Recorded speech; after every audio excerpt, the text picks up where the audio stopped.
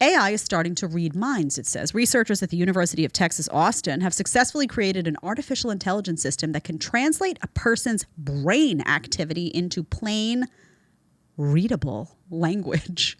What? The high-tech device known as a semantic decoder can do so by utilizing similar technology implemented by ChatGPT and Google's Bard, in other words, the wokies. No surgery or special implant is required for a non-invasive method. This is a real leap forward compared to what's been done before, they say. It uses a fMRI scanner in tandem with the decoder to transcribe a person's thoughts after a cumbersome process. I have to go for an MRI soon for my lower back. And now I'm thinking to myself, I don't even want to get in that dang machine. I don't trust anybody. A test subject is instructed to listen to hours of podcasts while inside of the scanner before having their own thoughts decoded by either telling a story in their heads or imagining a story. So in other words, you go into the machine, you imagine a story or you tell a story in your head, and they translate it into like words. No way. Mm-mm. The AI can't yet develop a word-for-word translation, but instead researchers designed it to capture the gist of what was being said.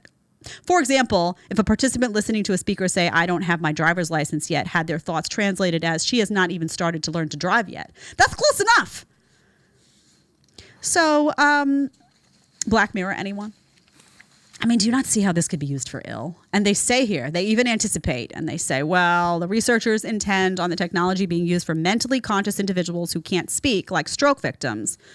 But they're well aware of what could happen if AI gets into the wrong hands. We take very seriously the concerns that it could be used for bad purposes. Imagine Klaus Schwab, man, in some type of technology like this. I mean, listen, I don't know. I understand, again, they introduce this stuff as, oh, it's for stroke victims. Wow, we'll be able to see what they're thinking.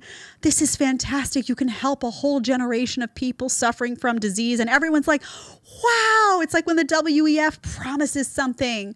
They have so much to say about it to make you feel good. And then you fast forward 5 years and it's like mandatory mind reading sessions. And you see everyone in China scanning something and going into machines. And you're like, are we next? What's going on here? That's how it's working. It's like little by little and then boom.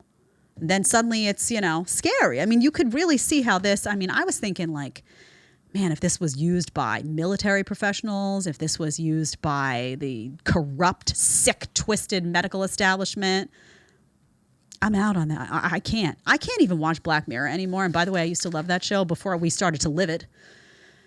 Kind of like I used to love movies like Contagion. And now I'm like, oh, I don't want to hear about your I'm good.